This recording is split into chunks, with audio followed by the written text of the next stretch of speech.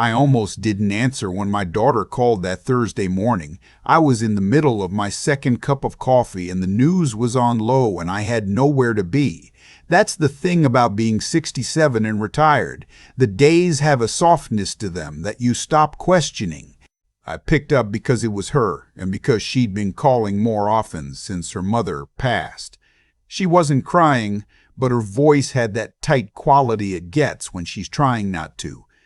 "Dad," she said, "the attorney's office called me. They said someone came in yesterday asking about Mom's estate, someone who wasn't you." I set my coffee down. Her name was Irene, my wife of 39 years. She'd been gone 14 months by then, taken by a stroke that came without warning on an ordinary Tuesday in October.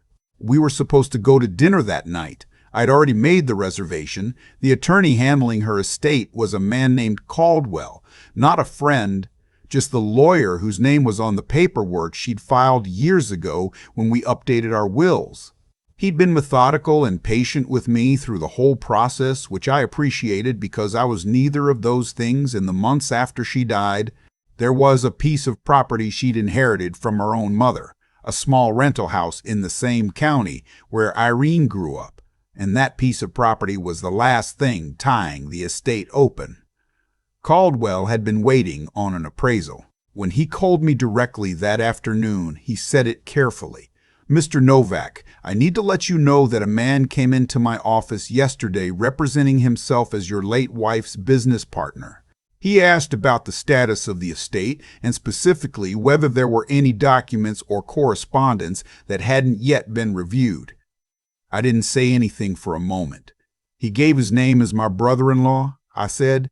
"He did not identify himself as a family member. He said he was a business associate with a financial interest in certain assets. My wife didn't have a business partner. Irene had been a bookkeeper for the better part of 30 years, but she'd worked for other people's businesses, not her own. She'd kept the books for a flooring company out near the interstate for almost 2 decades before the owner retired and sold.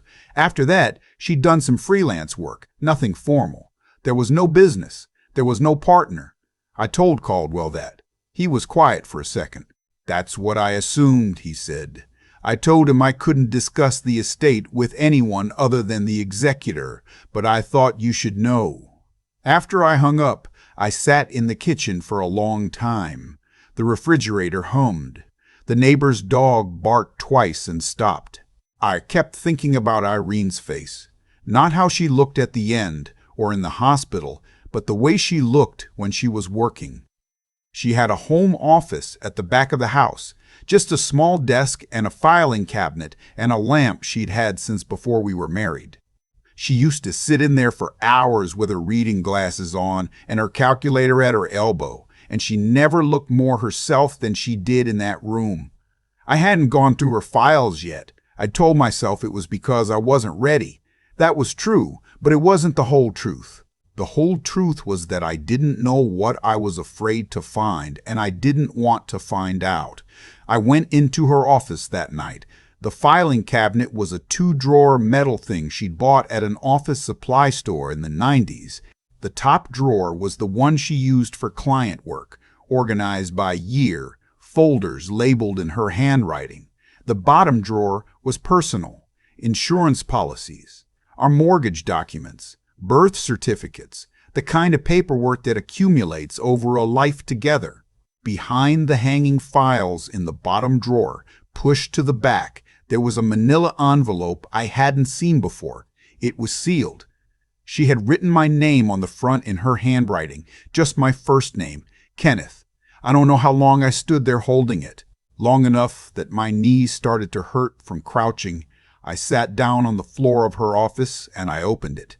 There were 2 things inside, a letter handwritten on 3 sheets of legal paper, and a smaller envelope also sealed with a name written on it in the same hand. The name on the smaller envelope was my son-in-law's. Let me back up and explain who my son-in-law is, because I don't think you can understand any of the rest of this without that context. His name is Terrence. He married my daughter Nadia 11 years ago. I'll say this about him. He is charming in the way that a man gets charming when he spent his whole life needing things from people and learning how to ask for them without appearing to ask. He's good-looking, well-dressed, knows how to shake a hand. At the wedding, I thought, well, Nadia loves him, and Nadia has good judgment, so I'll trust her judgment. The problem wasn't obvious at first. Terrence had started a small property management company about 8 years ago, managing rental units for landlords who didn't want to deal with tenants directly. It's a legitimate business. A lot of people do it. He had a few clients, made a reasonable income, and every time I saw him, he had a new idea he was excited about.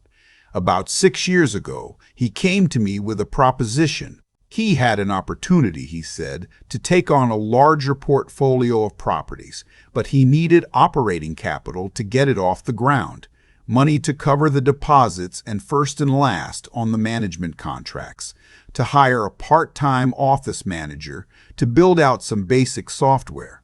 He needed $50,000. I had it. We weren't wealthy, but Irene and I had been careful for 40 years, and between my pension from the county and her freelance income and what we'd saved, we were comfortable. I talked it over with Irene. She said she'd like to look at the paperwork before I agreed to anything. Terrence brought the paperwork. A promissory note, a basic business plan, a repayment schedule. Irene sat with it for 2 evenings. She had a couple of questions. He answered them. She told me it looked straightforward and that if I wanted to help him, she wasn't going to talk me out of it. I wrote him a check. For the first year and a half, he made the monthly payments. Not always on time, but they came. Then they started coming every other month. Then quarterly. Then they stopped. He always had a reason. A client who hadn't paid. A tenant dispute that cost him money. A repair that wiped out the operating account. Each reason was plausible enough on its own. Together, they made a pattern I didn't want to look at directly because looking at it directly meant having a conversation with my daughter about her husband. Irene never said I told you so. That wasn't who she was. But about 2 years before she died, she started asking me if I'd seen the latest payment, and her voice when she asked had a flatness to it that I recognized. It was the voice she used when she already knew the answer to the question. I should have paid more attention to that voice. The letter she left me was 7 pages long in her handwriting, which ran small and even across the legal paper like the ledger entries she'd made her whole working life. She had started, she wrote, by just wanting to understand where the money had gone. Not to catch anyone doing anything wrong, just to understand. She'd asked Terrence once, casually, if he'd be willing to share his current financials so we could all get a clearer picture of when the repayment might resume. He'd said sure, absolutely, and then never sent anything. So she looked for what she could find herself. She wasn't a forensic accountant, she was a bookkeeper, but a good bookkeeper knows how money moves, and she knew enough to know that certain things didn't add up.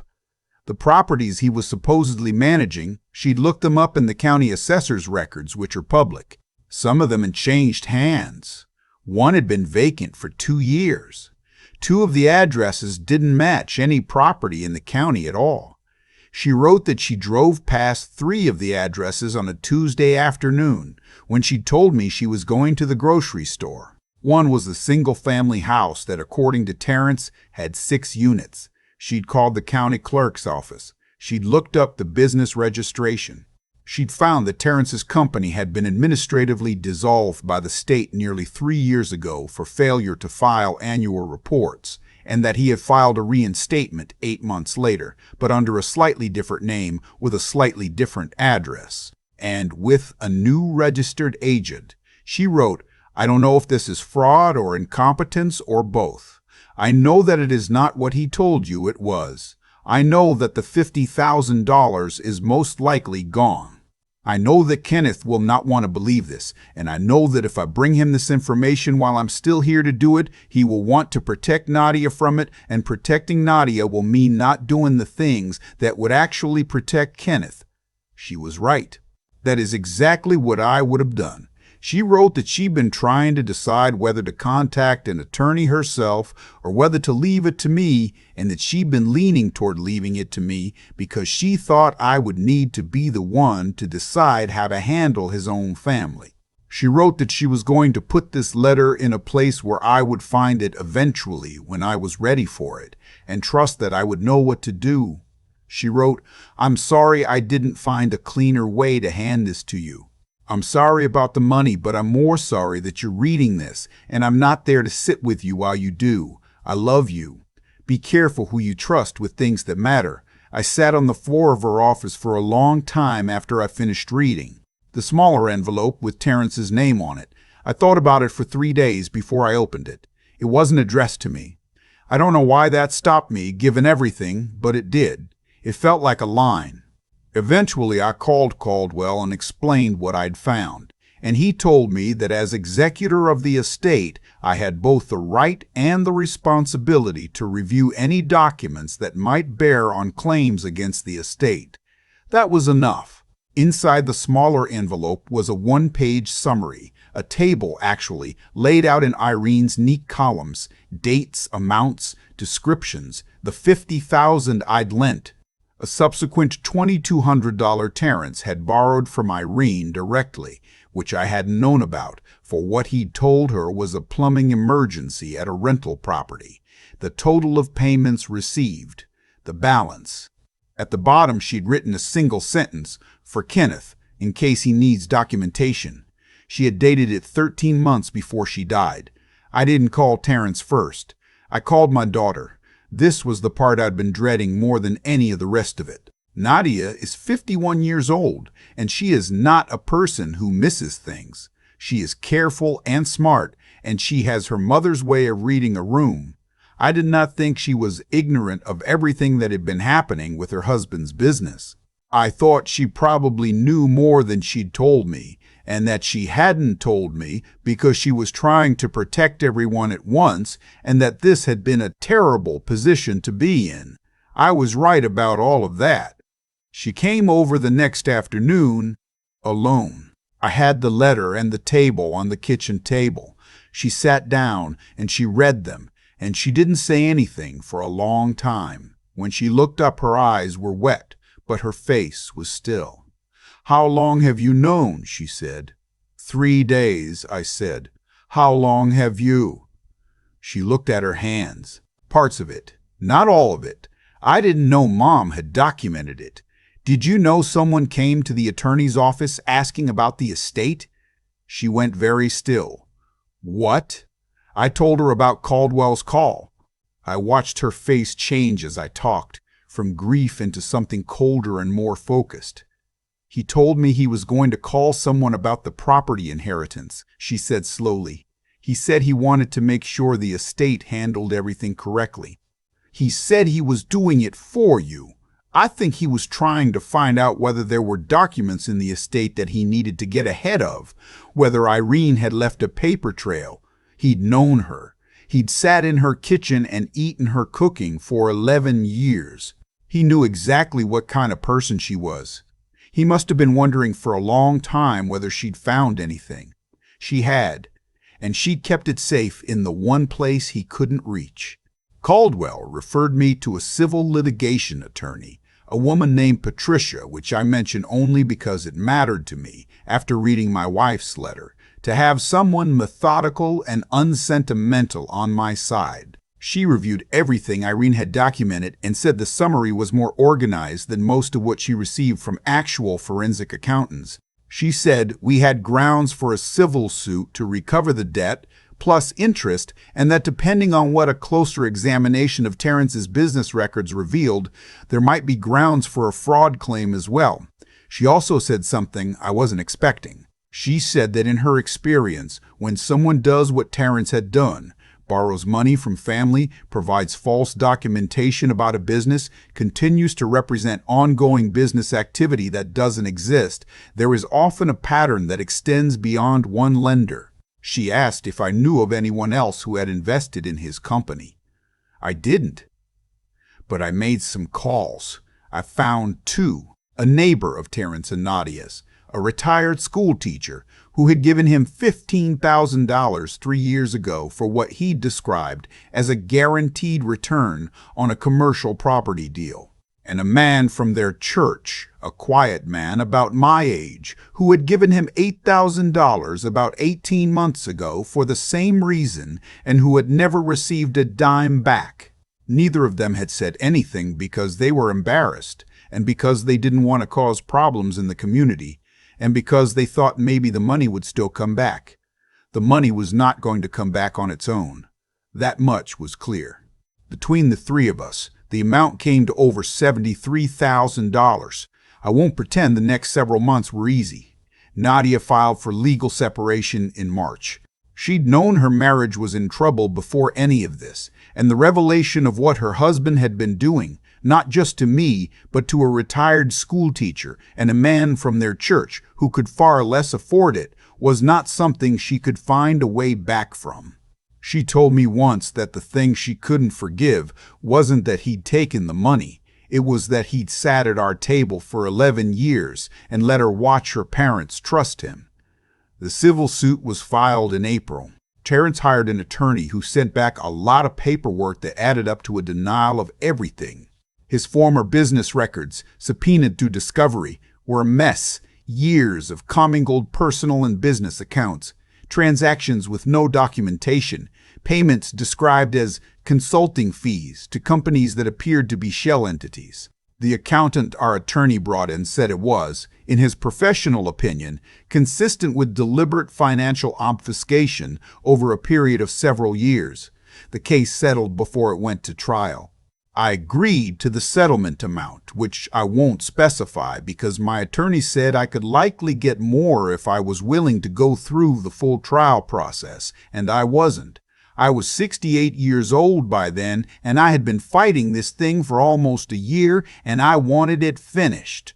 The church member and the retired school teacher were included in a separate agreement that my attorney helped structure. They got back most of what they'd lost. Terrence is no longer in property management. He moved to another state.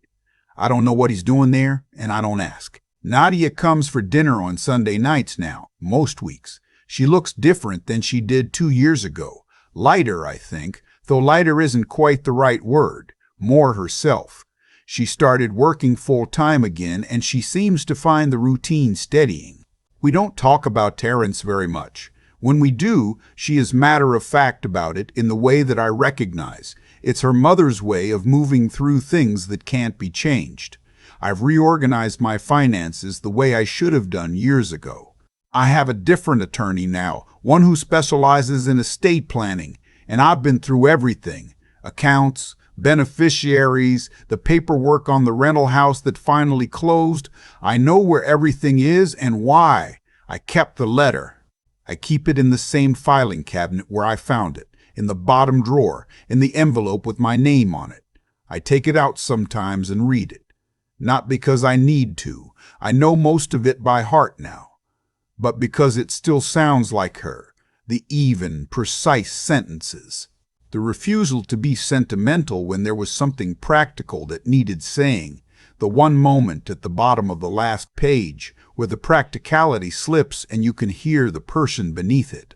She found a way to protect me from something she was afraid I wouldn't protect myself from, and she did it quietly, without asking for credit, on a Tuesday afternoon when I thought she was at the grocery store. I don't make assumptions anymore about what I know. I ask questions. I read the documents myself instead of trusting someone else's summary. It took me 67 years and one envelope in a filing cabinet to learn that, and I think about her every time I remember it.